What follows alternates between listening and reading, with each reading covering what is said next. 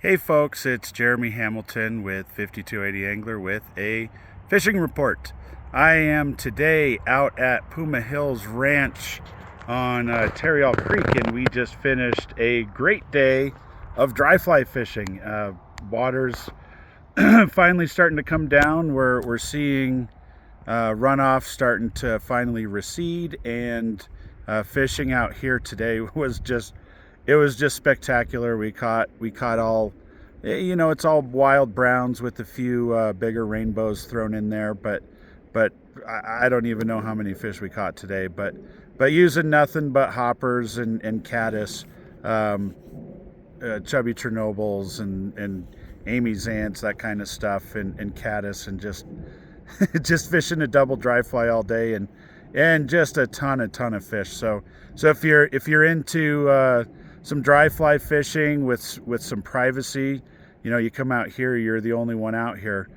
Puma Hills Ranch is the place to do that. Beyond that, we are finally seeing the Roberts Tunnel come online, and we're starting to see some water coming down the North Fork. So hopefully we'll be able to have Boxwood and Longmeadow reopen, and we can start fishing out there again. So we're very much looking forward to that. It's been kind of a rough year out there. They were only open for June. So we're excited to see that, and you can finally get out and come fish those properties and get yourself some monster fish, as they are well known for. So look for that in the next probably week or 2 weeks, something like that. Of course, when that does happen, we'll send out notifications, emails, if you subscribe to our newsletter and all that. So that will be coming very soon. Otherwise, we've been doing Troublesome Creek up in Kremling. That's been a ton of fun. There's the creek, but also the lake, Hidden Valley Lake, that can fish very well. There's some big fish out there, and the creek, we've been catching fish on dries, on nymphs, on streamers, and it's been a lot of fun. So that's one. If you haven't been out there, that's a good place to go try out, and again, get some privacy with a lot of water, and you'll be the only one out there. So that's fun. Let's see, what else do we have going. Bartle Lakes is open, so you want to go catch brook trout sitting in a boat on dry flies. That's fun. You might see some moose up there. You're up close to tree line. It's just gorgeous up there. So that's a great place to go as well. So that's, I just want to kind of give an update on what our private water is doing right now, the options that are out there, and with runoff finally starting to come down, everything's fishing just really great right now. Beyond that, for public water, Decker's water's still high. It's anywhere between 600 and 700 plus CFS, but still fishing good. We're using, and this kind of goes for the Dream Stream as well. Water's still a little high, but fishing good. Dark brown worms have been working very well. Scuds, and I like Dorsey's UV scud. That's kind of my favorite scud, in either orange or olive. Size doesn't really matter. I'm using 16s and 14s, so you have a substantial hook.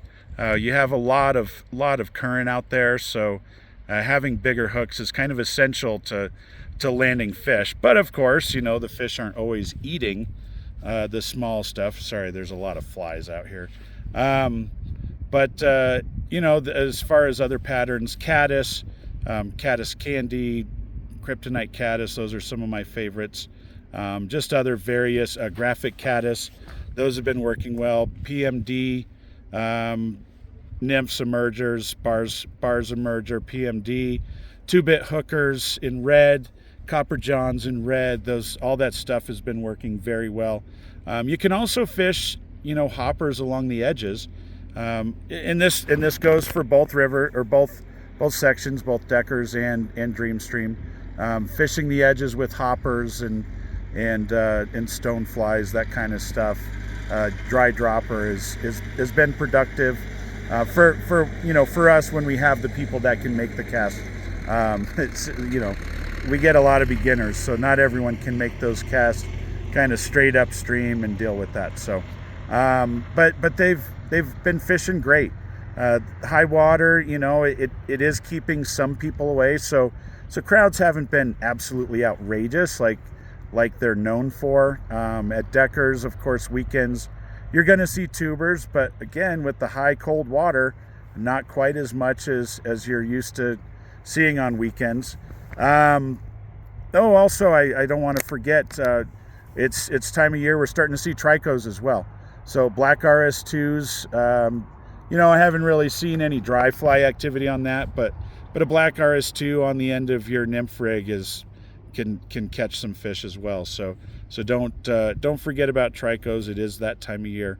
What else? Williams Fork is finally down at a very fishable level. It's actually about perfect right now, so it's a good time to head out there. Again, PMDs, some yellow sallies, caddis, all that kind of stuff. Same with the Colorado River. Colorado's still a little bit on the high end, but not too bad, but definitely fishable. Sorry, these flies are just terrible right now. Eagle River, honestly, I haven't heard much about that. I think it's still a little on the high end, but I could be wrong on that. So I'm not going to talk too much about that. I don't have any current valuable information to give you, and I don't want to steer anyone wrong on that. So, but of course, yeah, go fish it, see what's happening. Blue River, raging right now. It's pretty high. Not probably the best place to go fishing, but you can give it a try. There's not as many people out there fishing, so not too bad. But it's definitely on the high end and would make for some tough fishing. But otherwise, this is also the time of year. Do some hiking, get away, go up into those high alpine lakes, get some cutthroats, get away from the crowds, and get away from this heat. This weekend, it's hot, and getting up high is a really great way to get away from that, get away from the crowds as well, and catch some fish. So anyway, that's it for now. And follow us, 5280 Angler Fly Fishing on Instagram, 5280angler.com, 5280 Angler on Facebook as well, and obviously you're watching us on YouTube, and you can follow me, Jeremy Hamilton Fly Fishing, on Instagram. So that's it for now, and I will see you guys later, and as always, have fun out there.